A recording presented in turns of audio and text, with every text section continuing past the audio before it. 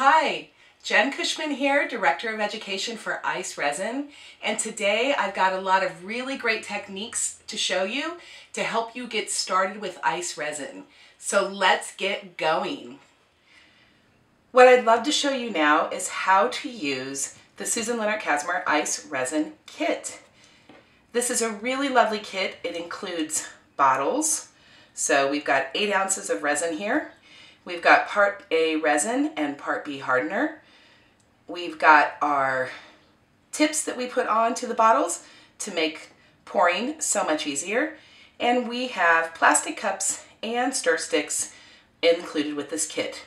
You will need a pair of scissors because we're going to need to cut the tips off of these in order to be able to pull off the caps and cut the tip and put it back on so you can save your resin for later. So let's get started and let me show you how to use the ICE Resin Kit. You're going to want to take the bottles, have them upright. You're going to want to just take the top off, and you're going to want to put on the tip for it. Do the same thing with the other one.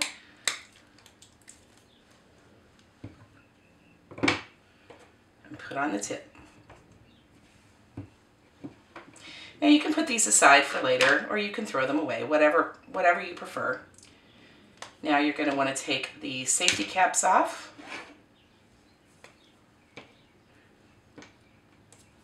Take your scissors and you're going to want to cut right at that first line.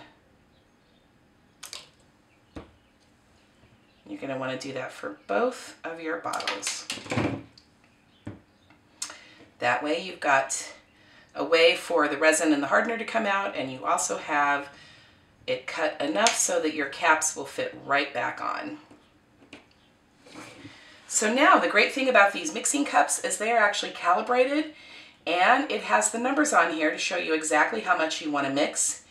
Do remember that ICE resin is a 2-part epoxy resin. It's jeweler's grade. You must have equal parts A with equal parts B in order for it to work correctly. It is an exact 1-to-1 with this. 1 part resin to 1 part hardener. Our calibrated mixing cups make it absolutely easy and perfect to use because there's already numbers on here.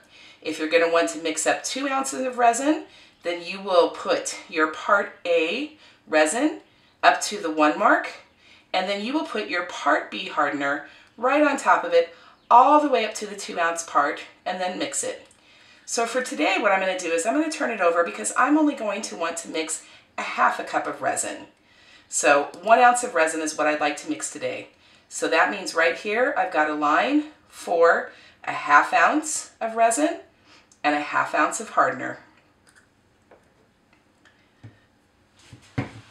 Part A resin is a little bit thicker than part B hardener.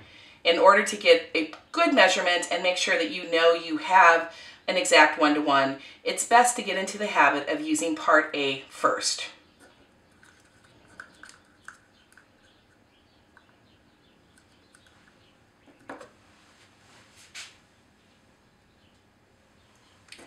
I'm going to want to watch my cup, and I want to make sure that I go to that 1/2 ounce mark. There we go.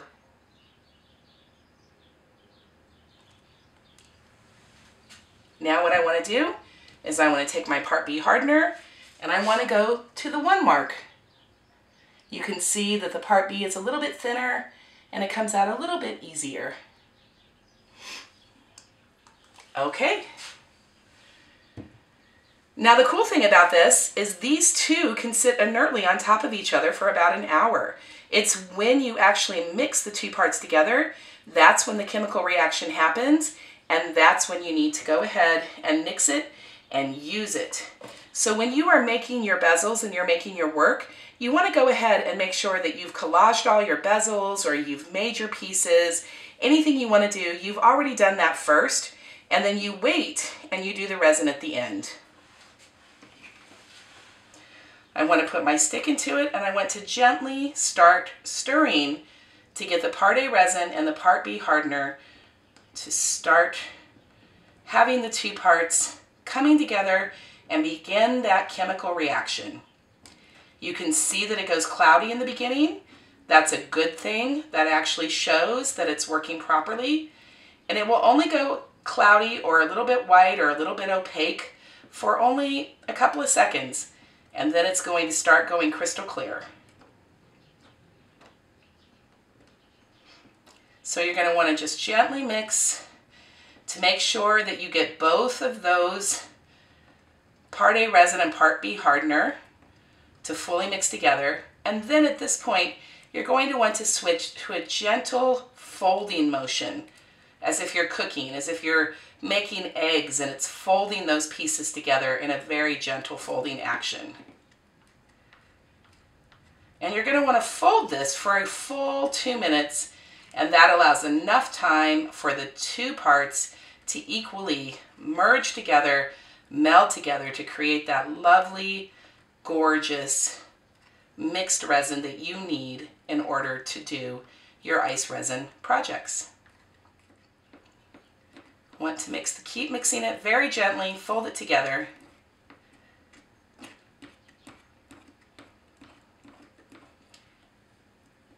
Once you've mixed for 2 full minutes, you want to go ahead and let that rest.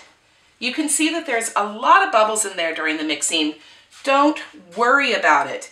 Ice resin is engineered to make sure that all those bubbles come out, dissipate, so when you pour them into your bezels or when you use that into your project, it is perfectly clear. But you want to go ahead and let it sit for about 5 minutes just to fully rest and allow those bubbles to work themselves to the surface and to pop. As soon as you get done with that, let it rest for 5 minutes and you're ready to go on to the next step of pouring your bezels or making resin paper or using it as you would normally use it as an art material.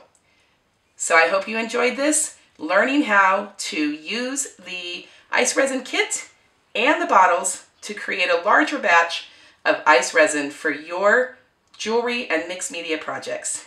I hope you enjoyed what you learned here today. If you'd like to find more information, be sure to go to iceresin.com or go to rangerinc.com. You're going to find more tips, techniques, tricks for using ice resin and Susan Leonard Casimir products. Thanks!